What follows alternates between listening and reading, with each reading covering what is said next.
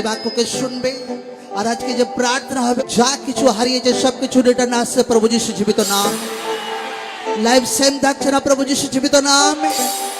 বাইবেলকে উঠা খেটুতে আসুক, বলে প্রভু যে বাক্য শুনবো সেই বাক্য দ্বারা সকল ফল আসুক। কোন অন্ধকার শক্তি সেই ফল আমার জীবন থেকে চুরি করতে না পারুক। সকলে প্রার্থনা করুক, এই বাক্য আমি শুনবো আর ফলো করবো। বাক্য আছে, লোকরা যদি ধ্যান সহকারে শুনছে আর গ্রহণ করছে আর ফলো করছে, লাইফ সেম থাকছে না আপনার, জীবন সেম থাকছে না আপনার। আমেন। ঈশ্বর নামে জোর সে তারিফ করি সকলে। আমরা বাক্য শুনছিলাম যে স্বর্গীয় দর্শন মিটিং ঈশ্বর কেন দেখতে বলে। ঈশ্বর আপনাকে একটা টার্গেট রাখতে বলে যে হবে হার জাতি, হার ভাষা, হার কুল, যে হবে স্বর্গীয় স্থানে দর্শনের কথা প্রকাশিত বাক্যতে লেখা আছে। তো ঈশ্বর আপনাকে একটা দর্শন রাখতে বলে, একটা টার্গেট রাখতে বলে, যেন সেই স্বর্গীয় দর্শনের সাথে আপনিও যেন সামিল হতে পারেন একদম। আমেন। যে বাক্য আছে প্রকাশিত বাক্য 2 অধ্যায় 1 পদ থেকে, এপিসস্ত মণ্ডলীর দূতকে লেখো, যিনি দক্ষিণ হস্তে সেই সপ্ত তারা ধারণ করেন, যিনি সেই সপ্ত সুবর্ণ দিব্যিক্ষের মধ্যে গমনাগমন করেন, তিনি এই কথা কহেন, আমি জানি তোমার কার্য সকল এবং তোমার পরিশ্রম ও ধৈর্য, আর আমি জানি যে তুমি দুষ্ট দিগকে সহ্য করতে পারো না, এবং আপনার দিগকে প্রেরিত বলিলেও যাহারা প্রেরিত নয় তাহাদিগকে পরীক্ষা করিয়াছ ও মিথ্যাবাদী নিশ্চয় করিয়াছ, এবং তোমার ধৈর্য আছে, আর তুমি আমার নামের জন্য ভার বহন করিয়াছ, ক্লান্ত হও নাই, তথাচ তোমার বিরুদ্ধে আমার কথা আছে, তুমি আপন প্রথম প্রেম পরিত্যাগ করিয়াছ। অতএব স্মরণ করো কোথা হইতে পতিত হইয়াছ, এবং মন ফেরাও ও প্রথম কর্ম সকল করো, নতুবা যদি মন না ফেরাও আমি তোমার নিকটে আসিব ও তোমার দিব্যিক্ষ সস্থান হইতে দূর করিব। সকলে বলুক আমেন। প্রকাশিত বাক্য ঈশ্বরের দাস দর্শন দেখছেন যোহন, আর যখন দর্শন দেখছেন সেখানে যীশু খ্রিস্টের দর্শনের কথা লেখা আছে, প্রভু যীশু দর্শন। যখন প্রভু যীশুকে দেখছেন আর সেখানে প্রভু যীশুর চেহারা কিরকম দেখাচ্ছিল এখানে লেখা আছে 1 অধ্যায়ে 13 পদ থেকে, সেই সকল দিব্যিক্ষের মধ্যে মনুষ্যপুত্রের ন্যায় এক ব্যক্তি, তিনি পাদ পর্যন্ত পরিচ্ছদে আচ্ছন্ন এবং বক্ষস্থলে সুবর্ণ পটুকায় বদ্ধকটি, তাহার মস্তক ও কেশ শুক্লবর্ণ, মেষ লোমের ন্যায় হেমের ন্যায় শুক্লবর্ণ, এবং তাহার চক্ষু অগ্নিশিখার তুল্য, এবং তাহার চরণ অগ্নিকুণ্ডে পরিষ্কৃত সুপিতলের তুল্য, আর তাহার রব বহু জলের রবের তুল্য। সকলে বলুক amen.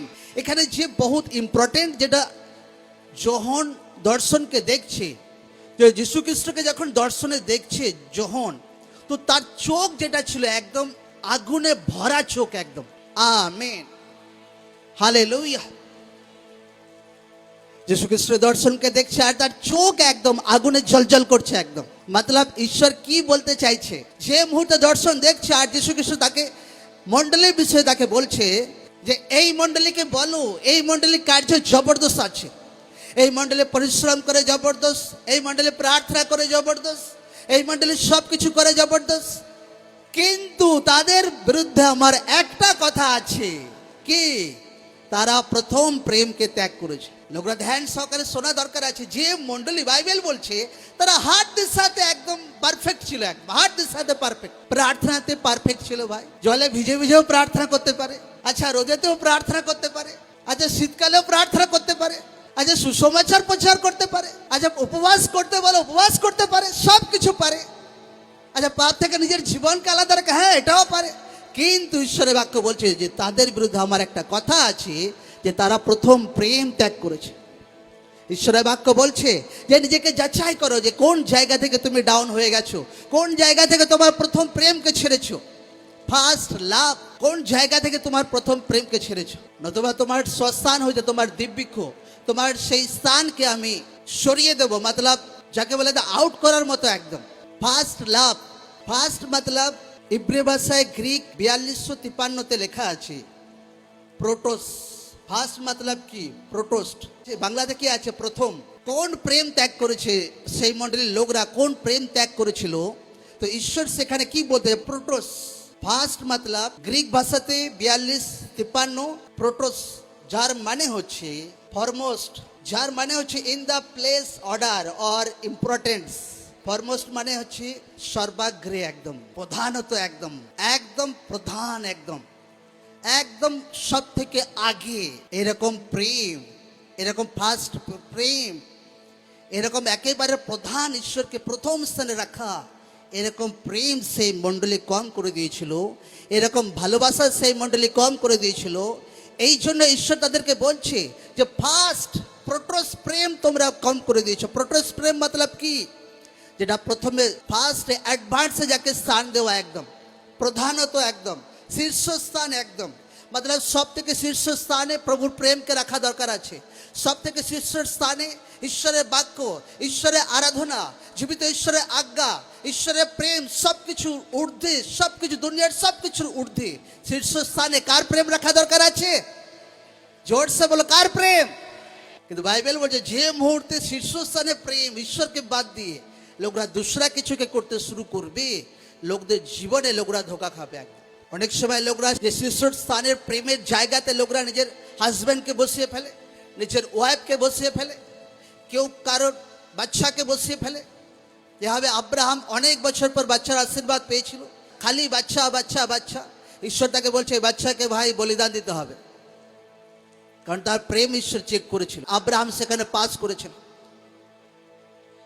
In the place order or importance, first মতলব প্রোটোস শব্দের অর্থ থেকে এগুলো এসেছে, যার মানে হচ্ছে যথা সময়ে, একদম অর্ডার, একদম যথা সময়ে। আচ্ছা সানডে আছে, রবিবার আছে, ঠিক আছে প্রার্থনা করার দিন আছে, ঠিক আছে প্রার্থনাতে সামিল হবে। আচ্ছা ফাস্টিং এর টাইম আছে, ঠিক আছে ফাস্টিং করব। আচ্ছা ঈশ্বরের মহিমা করার টাইম আছে, ঈশ্বরের গৌরব করার টাইম আছে, ঠিক আছে টেস্টিমনি দেবো, সাক্ষ্য দেব। এইরকম ঈশ্বরকে গুরুত্ব, এইরকম ঈশ্বরকে প্রধানতা, এইরকম ঈশ্বরকে শীর্ষস্থানে যখন লোকরা বসায়, এইটাকে বলে ফার্স্ট প্রেম, এইটাকে বলে প্রথম প্রেম। আর এই মণ্ডলীর লোক প্রথম প্রেমকে হারিয়ে ফেলেছিল। আরও লেখা আছে বিফোর বিগিনিং বেস্ট চিফ, সেরা প্রধান শুরু করার আগে, हर एक जिनिस जबरदस्त कार्य शुरू करार आगे ईश्वर के ख्याल करा, ईश्वर के शीर्ष स्थाने रखा लोकदेर प्रथम प्रेम के दर्शाय। এটা এবার এই মণ্ডলী ভাবছিল যে আমরা প্রার্থনাতে আছি, হ্যাঁ আছি। আচ্ছা বৃষ্টিতে ভিজে ভিজে প্রার্থনা করতে পারি, হ্যাঁ প্রার্থনা করতে পারি। আচ্ছা রোদে বৃষ্টিতে প্রার্থনা আসতে পারি, হ্যাঁ আসছে। কিন্তু ঈশ্বরের চোখ যেটা আছে ভাই, আপনার অন্তর আত্মা পুরো একদম স্ক্যানিং এর মতো সবকিছু আপনাকে ধরে একদম। हर व्यक्ति নিজের যে চোখে তো নির্দোষ আছে, हर মণ্ডলী নিজের যে চোখে তো নির্দোষ আছে, हर ইউথ নিজের যে চোখে তো নির্দোষ আছে, কিন্তু ঈশ্বরের চোখ আপনাকে ভেতর আত্মা অন্তর পর্যন্ত সবকিছু স্ক্যানিং এ দেখে একদম। বাইবেল বলছে তার চোখ একদম আগুনের মতো জ্বলজ্বল করছিল একদম। আর সেখানে যখন তাদের মণ্ডলীর কথা তাদেরকে তুলে ধরা হয়, আর সেখানে প্রভু যিশু দেখতে পায় যে এরা সবকিছু ঠিক আছে, প্রার্থনা করে, আত্মাতে পারে, সবকিছু করে, কিন্তু এরা প্রথম প্রেমকে আগে যেরকম আমাকে প্রেম করতো, শুরুতে আমাকে যেভাবে ভালোবাসতো, শুরুতে যেভাবে আমার সঙ্গে সম্পর্ক রাখতো, প্রথম যেভাবে বিনা ভয়ে আমার সেবা করতো, আমার রাজ্যতে চলতো, প্রথম যেভাবে আমার সঙ্গে উপবাসে চলতো, প্রথম যেভাবে পবিত্র জীবনের সঙ্গে চলতো, সে প্রেম এরা ছেড়ে দিয়েছে, সে প্রেম এরা ত্যাগ করেছে। এখন তোমরা নিজেকে যাচাই করে দেখো যে কোন জায়গা থেকে সে প্রেম ডাউন হতে শুরু হয়েছে। Hallelujah, hallelujah. আর हर ব্যক্তির জীবনে প্রথম প্রেম কোনো টাইমে ঢেলা হয়ে যায়, এটা বাস্তব সত্যি আমি বলে দিচ্ছি। এজন্য ঈশ্বর কোনো টাইমে বাক্য দ্বারা কথা বলে ফির সে সেই ব্যক্তি রিস্টোর হয়, ঈশ্বর কোনো টাইমে আত্মা দ্বারা কথা বলে ফির সে সেই ব্যক্তি রিস্টোর হয়। এখন हर ব্যক্তিকে যাচাই করা দেখা দরকার আছে যে ঈশ্বর যখন আমাকে তার আগুনের চোখ একদম পারফেক্ট চোখ দ্বারা দেখে আর আমাকে দোষী সাব্যস্ত করে যে তুমি তোমার প্রথম প্রেমকে ত্যাগ করেছো, মতলব আমাকে পারফেক্ট হওয়া দরকার পড়ছে, আমাকে ধ্যান রাখতে হবে কোন জায়গা থেকে আমি আমার প্রথম প্রেমকে ছেড়েছি। সেই জায়গাতে আমাকে আজই সংশোধন করার আছে, সেই প্রেমকে প্রথম স্থানে আনা দরকার আছে, ঈশ্বরকে প্রথম জায়গাতে রাখা দরকার আছে, ঈশ্বরকে প্রধানতা দেওয়া দরকার আছে। কারণ লোকরা যদি প্রথম প্রেম না রাখে নিজের জীবনে, তো প্রেম কমতে কমতে কমতে কমতে কমতে লাস্টে প্রেম খতম হবে। কিরকম প্রেম? জোরসে বলো প্রথম প্রেম। আপনার পাশের লোককে বলো, বলো প্রথম প্রেম আছে তো? হ্যাঁ ফার্স্ট প্রেম আছে তো? কি বলছে পাশের লোক? হ্যাঁ না প্রেম কমে গেছে আগের থেকে। বাইবেল বলছে যদি প্রেম যদি কমে গেছে, যদি না শোধরাও ভাই, তোমার স্বস্থান হতে তোমার দিব্যকে আমি সরিয়ে ফেলবো একদম। যে স্থান আমি তোমাকে দিয়েছি, যে প্ল্যানিং আমি তোমার জীবনে করেছি, সেই প্ল্যানিংকে আমি ভেস্ট করব, আর সেই প্ল্যানিং বেফালতু জ্বলে যাবে, আর তুমি লাস্টে ফেলিওর হয়ে বসে থাকবে একদম।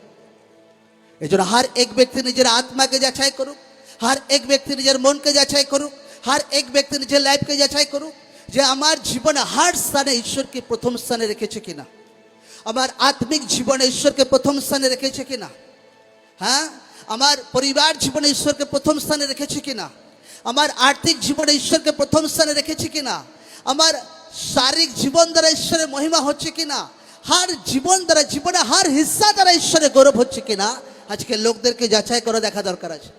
বাক্য বলছে, লোকরা যদি বাক্যকে শুনছে, লোকরা যদি মনকে পরিবর্তন করছে, তো ঈশ্বর আপনাকে রিস্টোর করবে, ফিরছে সেই জীবন ফিরিয়ে দেবে একদম। Amen, amen. আর তার থেকে আরো অধিক 10 গুণ ভালো জীবন ঈশ্বর দেবেন একদম। Amen, amen. লোকদেরকে যাচাই করা দেখা দরকার আছে একদম। আর আমি বাক্য কালকে কি মনে হয়, আচ্ছা বাক্য পড়তে শুরু করি, আমি প্রভু আবার কি কথা বলবে এই টাইমে, যে মুহূর্তে বাক্য খুলতে শুরু করে ঈশ্বর আত্মা কথা বলতে শুরু করে,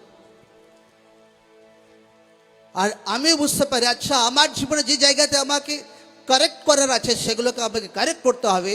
তো ঈশ্বরের প্রেমকে প্রথম স্থানে রাখতে হবে, কারণ ঈশ্বরের প্রেম বহুত ইম্পর্টেন্ট আছে একটা ব্যক্তির জীবনে।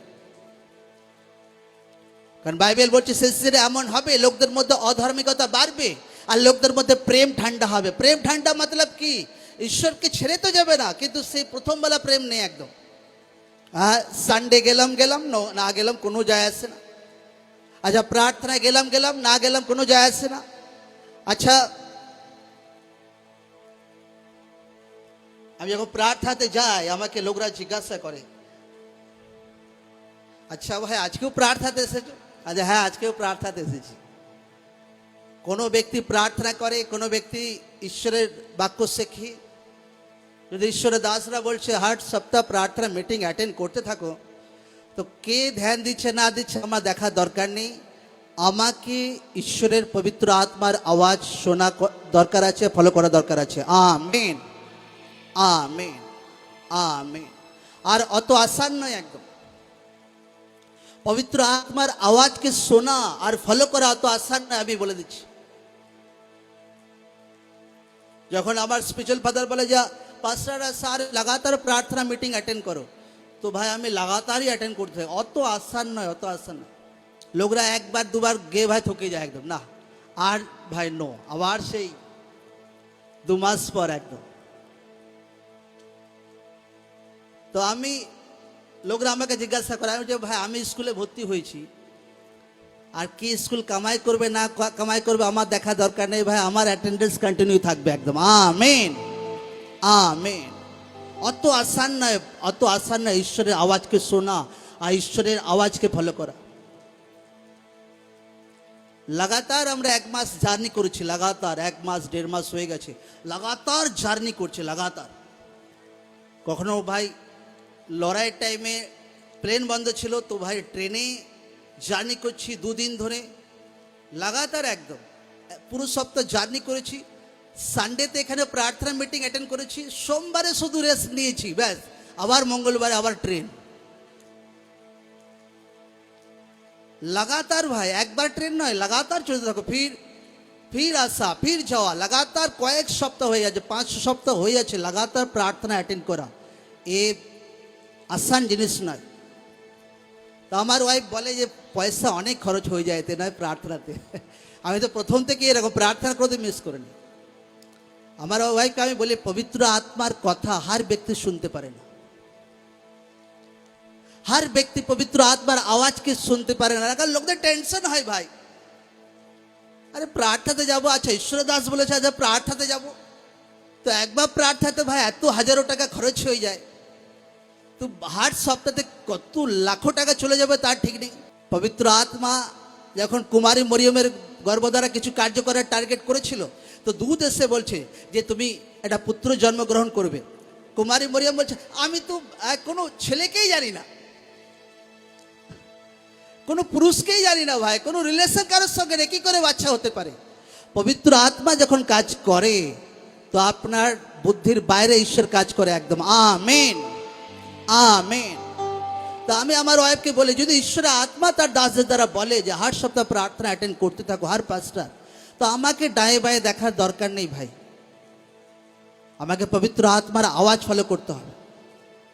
কারণ পবিত্র আত্মার আওয়াজ ফলো করে এমন হতে পারে যে এক সপ্তাহ, 2 সপ্তাহ, 3 সপ্তাহ, 4 সপ্তাহ, 5 সপ্তাহ লাগাতার কত মিটিং অ্যাটেন্ড করে যাচ্ছি, লাগাতার একদম লাখো টাকা খরচ হয়ে যায়, লাখো টাকা। 4 সপ্তাহ পর একদিন বসে আছে আমি, আর বসে সকালে প্রার্থনা করছি, আর ঈশ্বরের দূত দর্শন দ্বারা একটা ঈশ্বরের দাসের দূত চেহারা দর্শন আসে, আর কথা আওয়াজ দিতে শুরু করে যে তুমি যে একটা বলেছিলে একটা কাহিনী, যে একটা টাইম আসবে हर कैंसर पेशेंट सुस्थ হবে, তুমি हर दिन এত ঘন্টা প্রার্থনা করো, आने वाला टाइम এটা হবে প্রভু যিশু জীবিত নামে।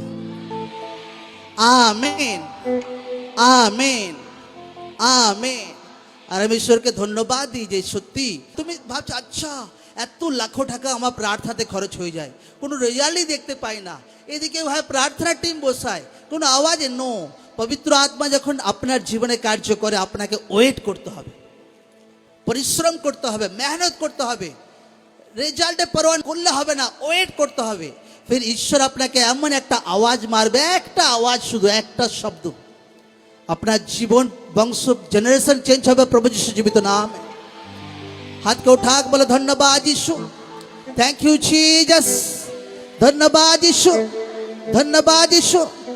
বলে প্রভু আমার প্রথম প্রেম, আমি প্রতিজ্ঞা করছি আজকের পর থেকে আমার প্রথম প্রেম আমার জীবনে রাখবো, আত্মিক জীবনে, পরিবার জীবনে, বাচ্চাদের জীবনে, আর্থিক জীবনে, নিজের ব্যক্তিগত জীবনে, हर दिशाते प्रथम प्रेम राखबो। आमीन, आमीन, आमीन। ईश्वर नामे जोर से तारीफ कर सकूं।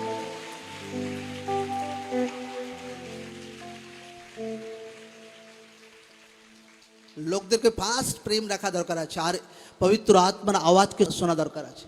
সেই ব্যক্তিকে যোগ্য হতে হবে ঈশ্বর আত্মার আওয়াজকে শোনার জন্য। অত আসান নাই ভাই, আমি বলছি লাখো টাকা খরচ হয়ে যায় প্রেয়ার মিটিং অ্যাটেন্ড করতে, লাখো টাকা। পয়সা তো ঈশ্বর ঠিক জুগিয়ে দেয়, কোনো কোনো টাইমে যেতে ইচ্ছা হয় না, যে প্রভু থকে গেছি এখন, লাগাতার 4 সপ্তাহ 3 সপ্তাহ এত দূর জার্নি, প্রভু এখন এ সপ্তাহ না গেলেই হয় একদম।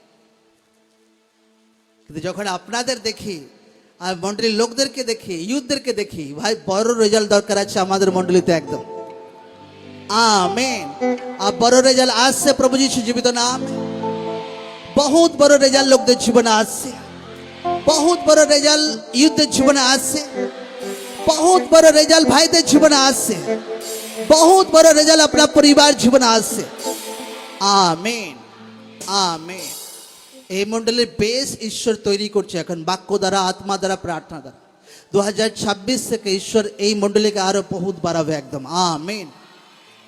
কারণ যখন একবার 2022-এ আমার স্পিরিচুয়াল ফাদারের সঙ্গে দেখা করি, তো একটা পেপারে আমাকে সাইন করে লিখে দিয়েছিল, তারিখ ডেট বসে দিয়েছিল 2026, আর সাইন করে দিয়ে দিয়েছিল 2026।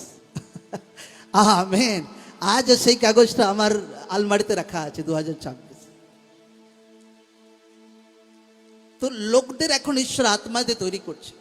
আপনি জানেন না যে আপনার মধ্যে ঈশ্বরের জবরদস্ত একটা গ্রেস আছে, আপনি জানেন, আপনি জানেন না। সেই বোনকে জিজ্ঞাসা করুন যার ভাই হাজবেন্ড নেশা করে, সে পরেশান হয়ে গেছে, আর আপনি নেশা ফ্রি হয়ে আপনি লাইফ কাটাচ্ছেন, আপনাকে ঈশ্বরকে ধন্যবাদ দেওয়া দরকার আছে একদম। Amen, amen.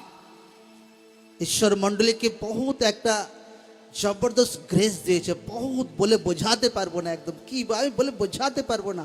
ঈশ্বর মন্ডলীতে এত বড় আশীর্বাদকে করেছে, আর সেই বীজ, আশীর্বাদের বীজ ডে বাই ডে বাড়বে, দিন প্রতিদিন বাড়বে একদম। আমি যখন প্রার্থনা মিটিং অ্যাটেন্ড করছিলাম, বহুত লাখো লোকের ভিড় একদম, আর দেখছি বহুত বড় প্যান্ডেল, 1500 ফুট লম্বা প্যান্ডেল, 1000 ফুট চওড়া, ভাই কত প্যান্ডেল, আর স্ট্রাকচার, লাইট দেখে হয়রান একদম। আর লোকরা এক সপ্তাহ ধরে সেই প্যান্ডেল রেডি করছে। আর যখন আমি যাচ্ছি একটা ব্যক্তি ওই টাইম এসেছিল জানুয়ারিতে এখানে, হাজব্যান্ড ওয়াইফ, একটা ডিসাইপেলের তার দিদি আর জামাইবাবু আমাকে দেখে, পাস্টারজি ব্রাদার দাঁড়ান রুক যাও কি হয়ে যায়? আচ্ছা, চিনতে পেরে গেছি আপনাকে, খুব ভালো হলো দেখা হলো, অনেকদিন ছিল এখানে জানুয়ারিতে। তো আমাকে বলছি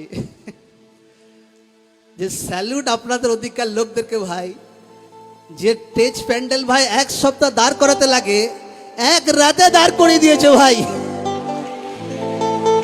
হালেলুয়া, হালেলুয়া, হালেলুয়া, হালেলুয়া। আর আমি বুঝতে পারি যে ভাই মন্ডলীকে ঈশ্বর জবরদস্ত গ্রেস দিয়েছে। সত্যি আমি বলছি, এরকম স্টেজ, এরকম প্যান্ডেল করতে 6 মাস প্ল্যানিং করতে হয়, এক সপ্তাহ আগে থাকতে কাজ শুরু করতে হয়, লাইট চেক করতে হয়, মাইক চেক করতে হয়, একদিন দুদিন আগে থাকতে ভাই। এক রাতে মন্ডলী বাই গ্রেস দ্বারা ঈশ্বর আমাদেরকে দাঁড় করে দিয়েছে একদম। Amen, amen. আপনাকে বোঝার দরকার আছে, আপনি একটা হাই লেভেল অভিষেকের মধ্যে আছেন। জবরদস্ত ঈশ্বর অভিষেক আপনার লাইফে দিয়েছে, মন্ডলীতে দিয়েছে। আপনার লাইফ সেম থাকবে না, আপনার পরিবার সেম থাকবে না। আপনাকে পবিত্র আত্মার আওয়াজ শুধু শুনতে হবে। পবিত্র আত্মা আজকে যদি আপনাকে বলছে যে তোমার প্রথম প্রেমকে ফিরিয়ে আনো, তো আপনার প্রথম প্রেমকে চেক করতে হবে। ফার্স্টে আমার বাচ্চারা আমি দেখছিলাম, ফার্স্টে উঠেই তাদের পড়াশোনা বহু চাপ থাকে, তো তারা উঠেই পড়াশোনা চলে যায়। কালকে আমাকে পুরো একদম জামা নিগড়ানোর মতো নিগড়ে দেয় একদম আত্মাতে। আমি ভাবি নো, বাচ্চারা ভাই আগে সকালে উঠে অন্তত আধা ঘন্টা প্রার্থনা করুক, তারপর টিউশনেতে যাক, স্টাডিতে যাক, যেখানেই যাক ভাই, প্রথম প্রেম ছাড়লে হবে না একদম। Amen, amen. কিছু টাইমও তাদেরকে প্রার্থনা করাবো একদম। প্রথম প্রেম ইম্পর্টেন্ট আছে হার জায়গাতে, লাইফে, পরিবারে, হার দিশাতে, আর্থিক জীবনে, হার দিশাতে, একদম হার দিশাতে প্রথম প্রেম দরকার আছে একটা ব্যক্তির জীবনে।